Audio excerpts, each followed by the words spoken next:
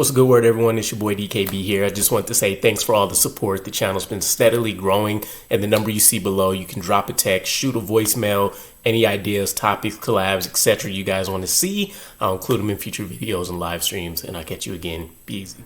What's a good word, Jets fans? It's your boy DKB here, and I talked about this before, but it looks like this is becoming a lot closer to reality than just projection. We're looking at a serious front office shakeup here, and more specifically, ownership shakeup, because Woody Johnson, according to reports, is closing in on the deal to become the minority owner of Crystal Palace Football Club, the soccer team in the UK. And this is huge. As highlighted before, many people are pissed about Woody Johnson's involvement and overarching leadership when it comes to how poorly the New York Jets have performed since he picked up the team, I want to say in 2000, right? So with that said, looking at what the current landscape is of this deal getting done, the initial reports was that John Textor, who currently owns the stakes or the shares of that football club,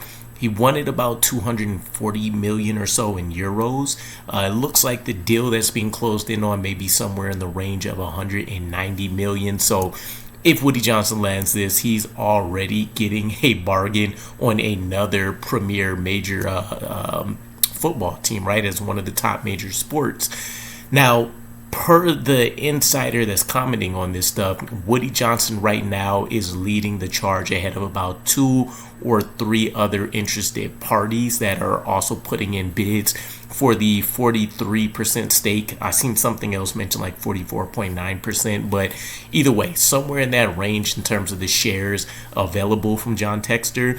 Now, 2 huge pieces of this deal getting done is, one, it's been said that Woody Johnson's capable of quickly getting the money pieced together and transferred to John Textor to get the deal done. And there's a timing aspect to this because the UEFA, who's the governing body over the football clubs, they're set to make a decision towards the end of June, according to reports, on whether the Crystal Palace Football Club will be able to enter the Europa League next year, based on the fact that John Textor owns minority stakes in multiple clubs, which would be a violation here, right? So Johnson checks off the money. And then the second piece is there's a Premier League owner and directors test that I would assume would be given, or would be a requirement as something to go through. And I kind of relate this, I guess, to going through like a citizenship test almost, if you will. But it looks like there's a whole charter that talks about this. But overall, the 3 primary pieces that someone would need to pass would be 0 criminal convictions, no professional or sporting bans, and no breaches in football/soccer regulations here. So marks off 2 of those 3, and the fact that he has really no involvement at any high level that we can speak to.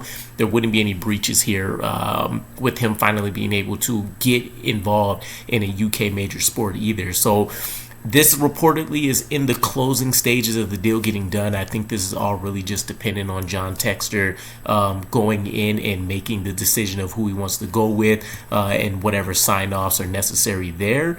But we could hear within the next week or 2 that Woody Johnson is the new minority owner of a UK football soccer team. And so with that, you start getting into the questions about what does that look like for the New York Jets. I highlighted the fact that Chris Johnson will probably move up in the hierarchy.